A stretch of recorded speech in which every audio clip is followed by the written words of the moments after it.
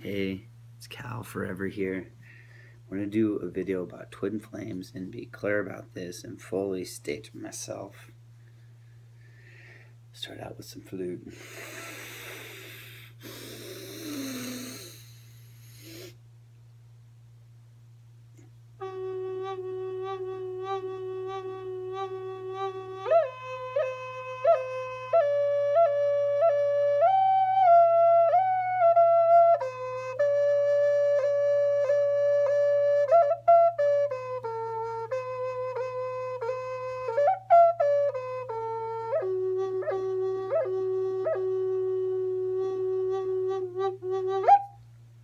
Alright, just kind of put that there. Just to kind of create an energy and clear and to center and ground. And so this video is about twin flames, soulmates, divine life partnerships. And I want to make this clear. My idea of twin flame is the first ray, which is like the seventh ray, which is like the violet flame, which Saint Germain works with the violet flame. I'm not sure. I think Mother Mary works with the first ray and the twin flame, and then the sixth ray is Jesus, and which is like dedication. And I'm not super familiar with all this, but my idea of the twin flame is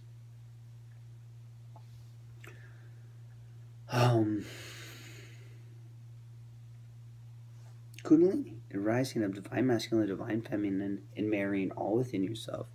And then once you become a balanced person within, then you meet your external counterpart that you would call a soulmate or divine life partner. And I really do believe that this person probably is like your other complement to your frequency or your exact same frequency in externalized other opposite form on a physical level, if that makes sense. So I feel like 2 years ago I went through this awakening, and it was like I got pushed out of my parents' house, and thankful of getting pushed out of my parents' house because my parents were just like locking me down and unconsciously like trying to keep me there. Like they thought I was mentally ill, and like that there was all these problems with me. It's like, oh, you got Tourette syndrome, you got anxiety disorder, and it was all like their like creation and unconscious manipulation energetically of me, and that the doctors did, and all this bullshit and misunderstanding and not seeing that I'm an indigo kid or whatever, or it's like, oh, we'll say he's autistic and has sensory overloads and anxieties. Fuck no, I'm fucking empathic, super sensitive, fucking creative, rebelistic soul, like fucking every authority hated me when I was a fucking kid because there's literally my prefrontal cortex literally is like does not work like other people's and does not judge. I can't judge, and I can't decide what is best and better, and I can't follow rules. I can't see what authority is, and I only see myself as my own authoritative figure, and I know that I'm the only one that can act upon my own decisions and make my own decisions in life, and that other people can't tell me what, or like I can listen to other people, but it's like I know that I'm my own authority. People fucking hated it, and so the doctors, they put me on pills, suppressed me, fucking inflated with love, wasn't able to be myself, and it's just, and so I woke up to that, and it's like this fire started to burn through me, and I moved out of my parents' house and got off all the pills finally, was thankful for unsavory circumstances in my life, right? Like I got pulled over, I was drinking, I got in a fight with my mom, was drinking, got pulled over, almost got a DUI, but spending the night in jail I was so thankful for it because I was able to go through withdrawals of one of the really addictive medications I was on, and was able to get over that and face that fear. And so it's like things like that, it's like I'm thankful for them, and I know things like that in life. And like even today, it's like I had a rude awakening when my mom woke me up by yelling at me and freaking out, and it just like lit this passionate, angry, passionate fire within me that just burned this energy away from me. And I feel kind of bad of how I like scream and yell and reflect their own anger back at them. It's just like, oh, it's so hard to not, but then I also thank it for serving me. So this is just like this like twin flame energy is just like this passion, and I feel like at the same time like we're working together with a divine life partner where it's all been predetermined probably before this lifetime where we've like agreed to be together. It's like, so after I moved out of my parents' house, it was like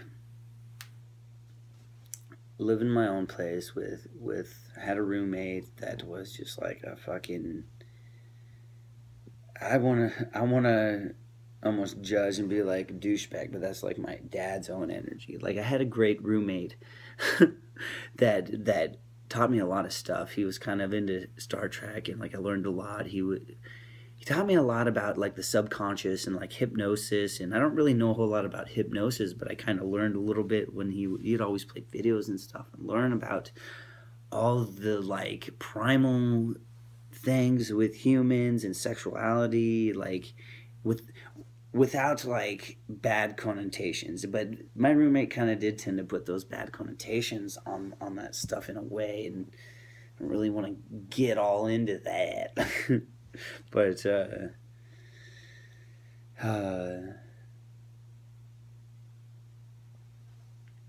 he was only my roommate for like 3 months, and it was too much fighting. I couldn't handle the drinking and stuff in my house. I was waking up. I was getting really more and more sensitive every day, and so it's like that passion burned through. And I got to thank this guy. I learned a lot from him, and he helped me face fears and face things that I never thought I would face, and thankful for him. And it's like he was the person that was there for me to scream and yell at and to stand in my own power. My dad was also one of those people as well, and I feel bad about screaming and yelling at my dad for hours on end, but it's like this passion that is in you when you wake up and you have a kundalini awakening and you feel, it's almost like I was starting to feel my feminine counterpart, not just within myself, but it was like externally. Like I had a female friend, not like a sexual relationship, that like awakened this passion within me. But now that I look back, because I know who my divine life partner is in my heart, I know who this is, and I feel like this person is not physically acknowledging me, but it's like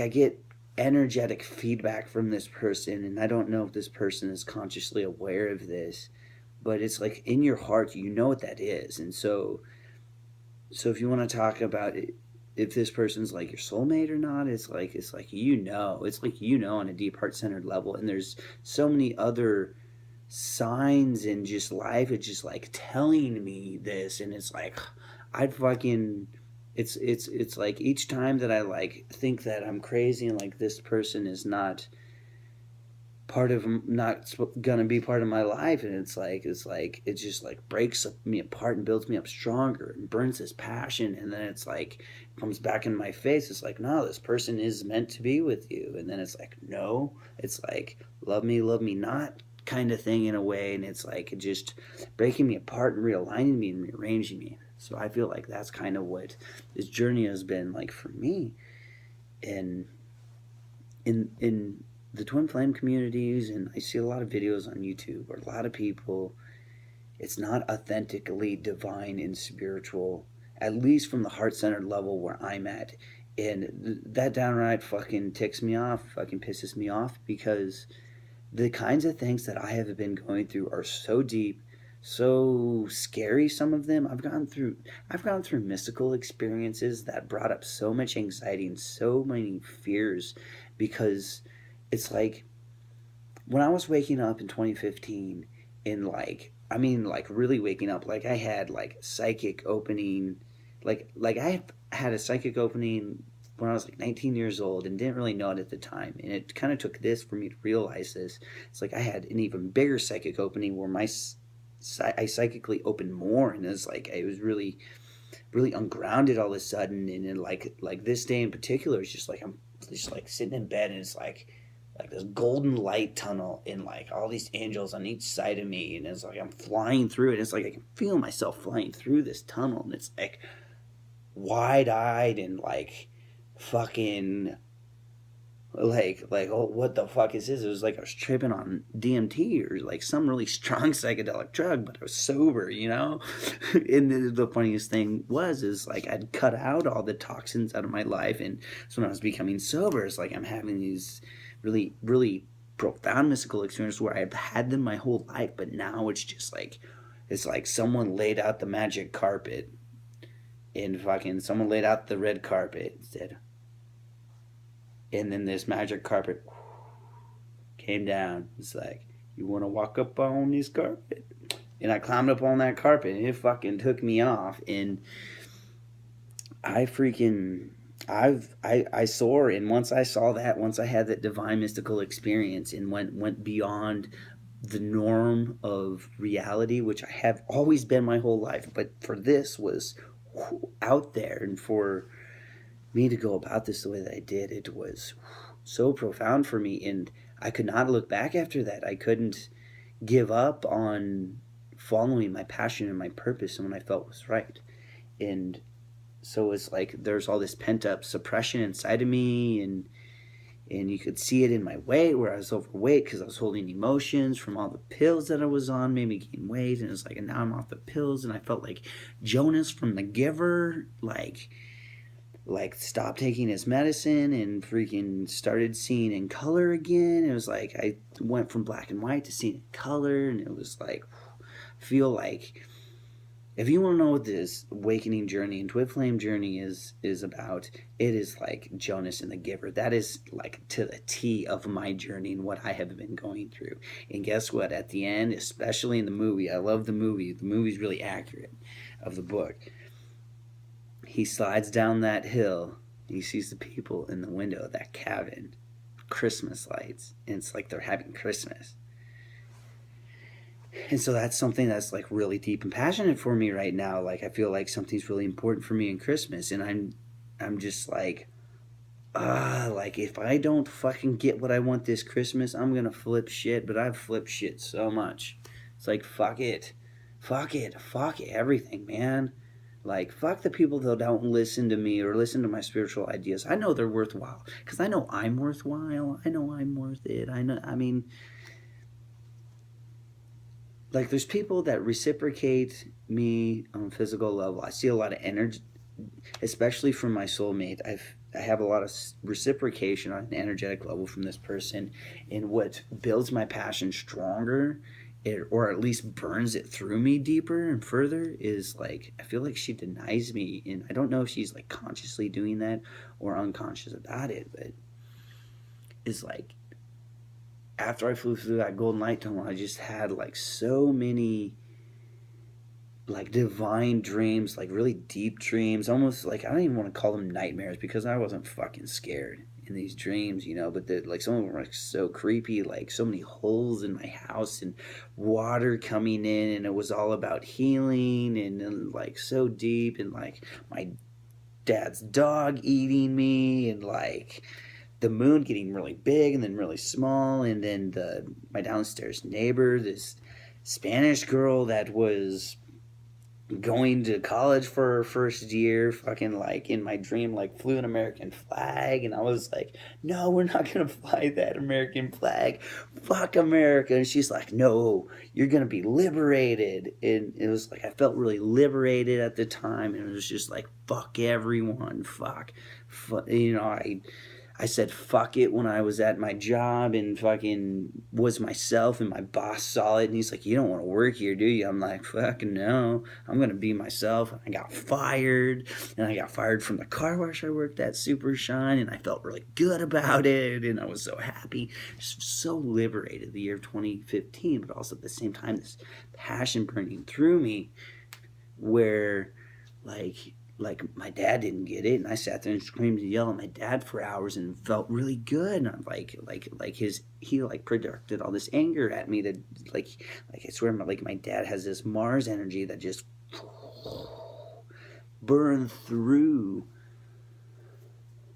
all that shit and all the stuff that he had gave me that